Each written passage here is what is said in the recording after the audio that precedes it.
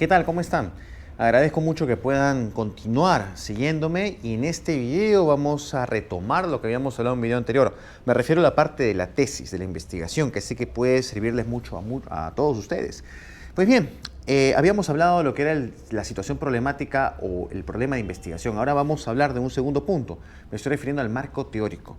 Cuando hablamos nosotros del marco teórico, nos estamos refiriendo a todas las investigaciones previas que se han desarrollado antes de las que nosotros hacemos. Hay que destacar que en la justificación yo tengo que haber demostrado de que no hay investigaciones previas. Más que demostrado, dicho.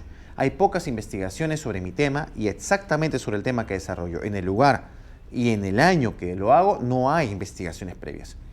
A menos investigaciones hay, es mejor para mí desarrollarla. Algunas veces han llegado estudiantes o amigos, amigas, a mi persona y me han dicho, me han recomendado no hacer ese tema de investigación porque no hay antecedentes. Y yo le he dicho, en realidad es mejor que no hayan antecedentes. ¿Y por qué? Me preguntan. Pues porque al no haber antecedentes refuerza la justificación teórica, es decir, demuestras la importancia de desarrollar esa investigación en la medida que no hay investigaciones de ese tema. Y si no hay ninguna en absoluto, vas a ser un pionero o una pionera.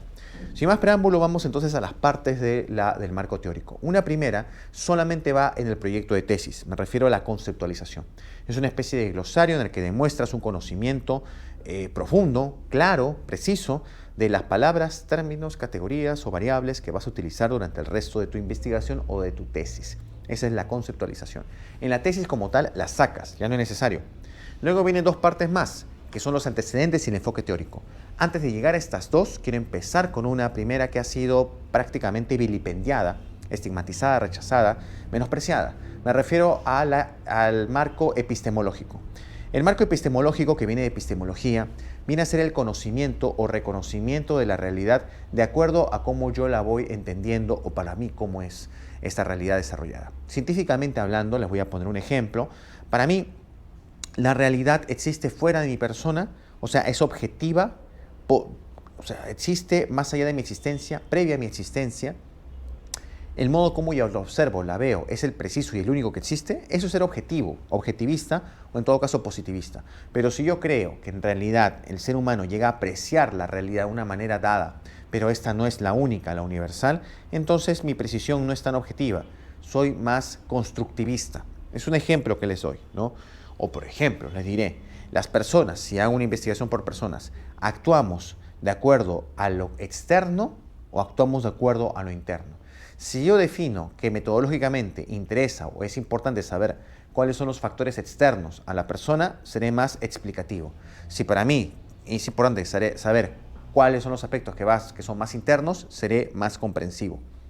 Y así sucesivamente. ¿El investigador debe incidir o intervenir en el ámbito de investigación o debe permanecer fuera o externo a la investigación? Todos estos problemas son epistemológicos, por ejemplo, ¿no? ¿La investigación existe para emancipar, para criticar la realidad como tal o existe para reflejar lo que en realidad las personas sienten o dicen? ¿Cuál es el rol del investigador? Nuevamente, seguimos con ámbitos epistemológicos. Tengo que ser claro y preciso con lo epistemológico. Sin esto, no puedo seguir caminando.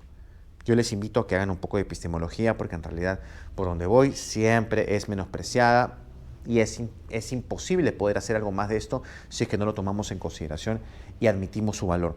El tercer punto son los antecedentes. Es fácil esto de los antecedentes. Son las investigaciones que se han hecho antes de mi propia investigación. En esto quiero remarcar que es importante leer antes que libros, artículos científicos. Ustedes pueden entrar a Redalyc, por ejemplo, y ahí van a encontrar artículos publicados hasta el año 2021 sobre el tema que les interesa. Y además son revistas que están muy bien posicionadas en el ámbito. En el ámbito de las revistas hay varias indexaciones. La indexación viene a ser algo así como agrupaciones de revistas de acuerdo a su calidad. La más básica es LatinDex, la que sigue es Cielo y la que sigue es Scopus, junto a Web of Science. Es complicado publicar allí. Quienes hablan publicado artículos en Scopus y no fue fácil. Tengo varios artículos publicados en LatinDex, docenas y unos cuantos en Cielo. No es fácil publicar en Scopus porque las revistas que están en ese círculo de revistas mucho más importantes tienen muchas exigencias con los científicos que aquí publican, por ende son mejores artículos. Entonces uno tiene que ver dónde está indexada, tiene que ver de qué año es, tiene que ver cuán importante es para mí. Yo les recomiendo ver primero el resumen y las palabras clave. También les recomiendo leer artículos en inglés y en portugués. En inglés creo que a estas alturas, con lo globalizado que estamos, no es difícil de entender. Yo les recomiendo que si no lo maneja muy bien, pero algo sabe, traten de ver los subtítulos que están en inglés y traten de traducirlos en Google Traductor, por ejemplo, para que tengan una idea de lo que quiere decir. Luego copien y peguen párrafos en Google Traductor y traten de entender qué es lo que les dice. Y si lo ven con suma importancia, preocúpense en traducirlo. Si no, lo dejan allí. Los antecedentes son importantes y se recomiendan al menos unos 50 artículos, investigaciones previas empíricas. Los libros no los recomiendo, depende de qué libro hablemos, porque a veces los libros se publican sin mucha garantía y quien los publica no tiene la rigurosidad necesaria. Hoy gracias a Concitec, se está desarrollando la importancia de que los libros tengan un doble jurado ciego. Actualmente soy jurado, por ejemplo, de una publicación de libro en una universidad dada. Y yo tengo que plantear a partir de mi análisis si es que ese libro merece no ser publicado. Y habrá otro jurado que hará lo mismo. O sea, es importante poder tener una consideración especial hacia los libros porque merece un análisis o merece una evaluación tan profunda, tan delicada y tan dura como los artículos de investigación. Además, publicar artículos de investigación, no sé si lo saben, pero termina sumándole puntos a los investigadores para poder obtener un sitial especial dentro del rubro de investigadores en el Perú. Se le llama RENACIT, pero ese es otro tema. A lo que quiero llegar es que tengamos antecedentes a nuestra disposición. Y el último punto es el enfoque teórico. Aquí sí es un poco más difícil explicarlo, porque los enfoques teóricos van a depender bastante de la carrera o la profesión que ustedes tengan. También la sociología, el derecho y en general las humanidades. Cada profesión, en todo caso cada especialidad científica tiene enfoques que se han desarrollado durante los últimos años, durante los últimos 50, 100 años, etc. A diferencia de los antecedentes, que es importante hacerlos, o al menos tener una gran cantidad, el 60% de los últimos 5 años o 10 años, en el caso de los enfoques teóricos no es necesario tener investigaciones tan actuales. Puedo tener investigaciones un poco más lejanas, un poco más antiguas, no hay ningún problema. Y no lo hay porque son enfoques que a pesar del tiempo han quedado grabadas en las investigaciones y terminan generando una especie de escuela o terminan generando una especie de modelo, de paradigma teórico. Por eso es que yo puedo citar allí a los enfoques que a mi modo de ver son importantes y que yo voy a seguir.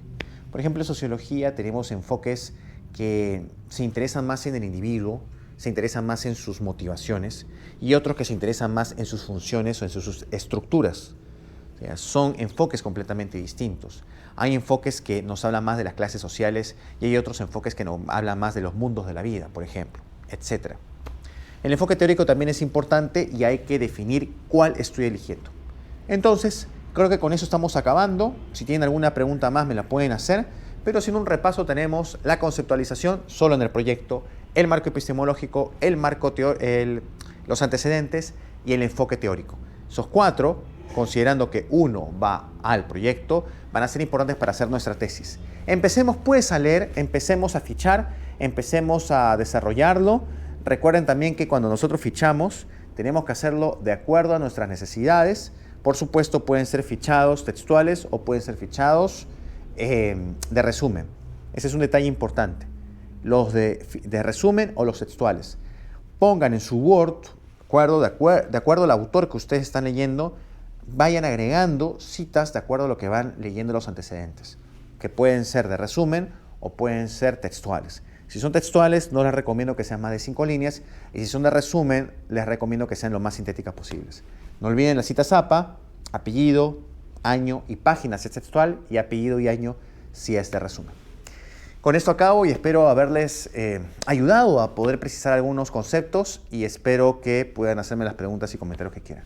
No olviden seguirme en las demás redes, en Facebook, en TikTok, en Instagram y en YouTube para tener más contenido y también estar atentos a muchos eventos que vamos a desarrollar a lo largo de estos meses. Me encuentran como Jorge Loaiza, sociólogo. Y nuevamente gracias. Nos estamos viendo en un próximo video. Gracias.